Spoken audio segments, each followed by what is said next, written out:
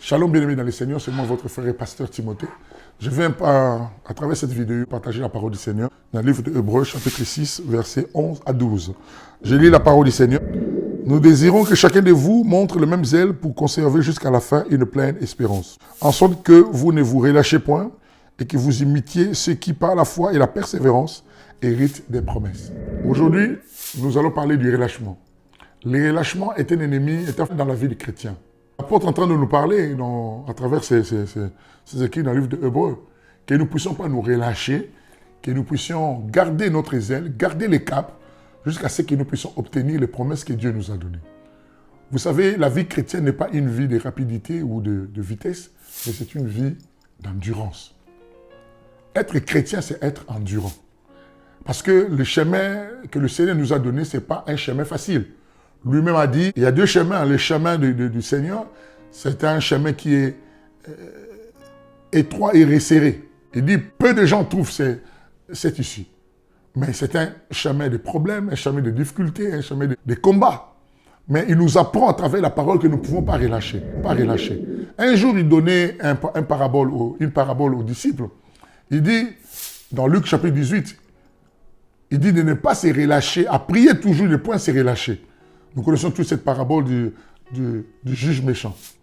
Parce qu'il a vu, il a constaté du relâchement auprès de ses disciples. Lorsque nous suivons le Seigneur, nous sommes en train de marcher avec lui. À un certain moment, l'homme se fatigue. À un certain moment, on sent comme si on n'a pas envie. À un certain moment, même les aléas de la vie nous empêchent de progresser avec le Seigneur. Mais je te dis, mon bien-aimé, sois fort et sois endurant. Je viens aujourd'hui t'exhorter pour te dire que sois endurant et sois fort. Parce que le chemin du Seigneur n'est pas facile.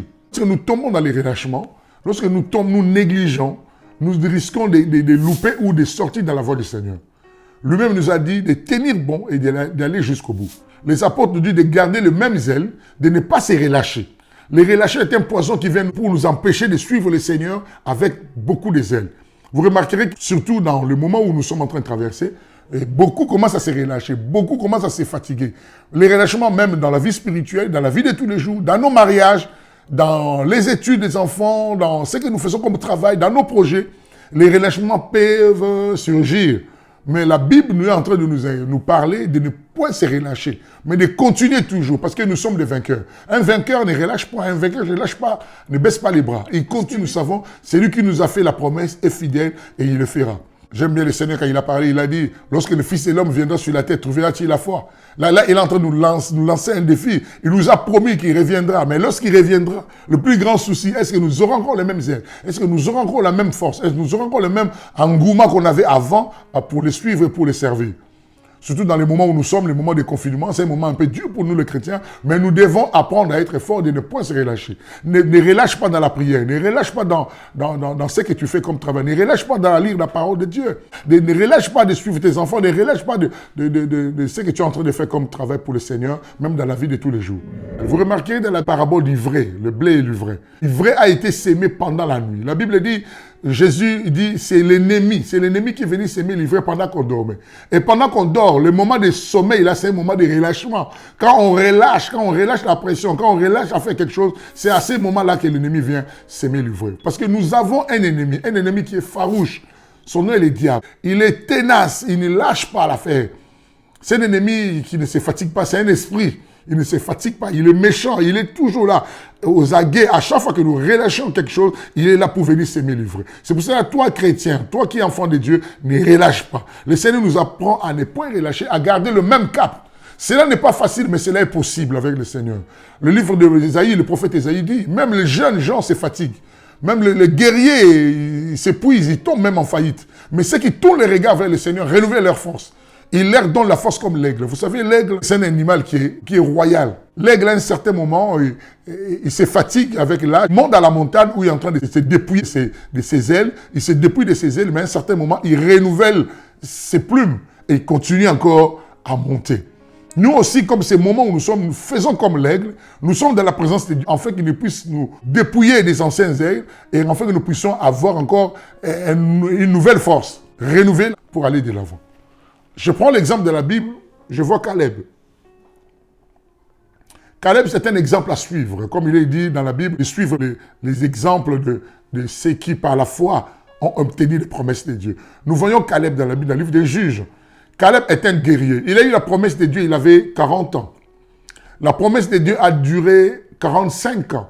Et Caleb vient voir Josué pour lui dire, écoutez Josué, j'ai la même force, j'ai la même vigueur pour combattre, la même vigueur pour entrer et la même vigueur pour sortir. Et la promesse de Dieu s'est accomplie dans sa vie. Il avait 85 ans. Donc il a attendu 45 ans, mais il avait la même vigueur. Donc il avait la même vigueur de tenir l'épée, de combattre, de monter, d'entrer et de sortir.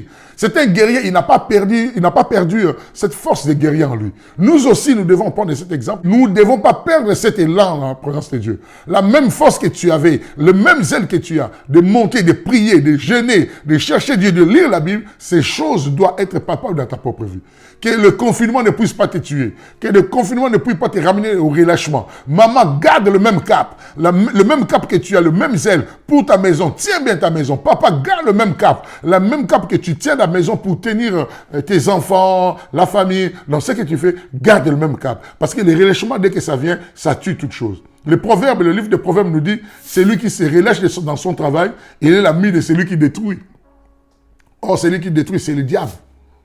Donc, nous n'avons pas droit au relâchement. Tu n'as pas droit au relâchement, je n'ai pas droit au relâchement. Nous ne devons pas relâcher, mais nous devons continuer. Parce que c'est un ordre de la part du Seigneur. Parce que Jésus a dit, ne pas se relâcher et de prier toujours. De ne pas se relâcher et de continuer à faire l'œuvre de Dieu avec force. Pasteur, pourquoi tu négliges? Pourquoi tu laisses aller? Tu te laisses aller. Ne te laisse pas aller. Continue parce que la promesse de Dieu est là et s'accomplira certainement. Je prends l'exemple de David. Lorsque nous nous relâchons, c'est là où le mal arrive. David s'est relâché. Dans le livre de 2 Samuel chapitre 11, nous voyons David, c'était le temps où les rois sortaient pour aller conquérir des terres d'autres nations. David, par relâchement, il a envoyé Joab et d'autres militaires, d'autres soldats, d'autres guerriers. Lui, il est resté. Mais pendant qu'il était resté, il s'ennuyait. C'est là où il est tombé avec Bathsheba. Le relâchement nous ramène dans la nuit et la nuit nous ramène aussi dans le péché. C'est ce qui nous éloigne dans le plan de Dieu. Soyons forts et ténébreux. Ne sois pas comme Noé. Noé est un exemple à suivre. Dieu lui a donné une promesse. Il a construit l'arche.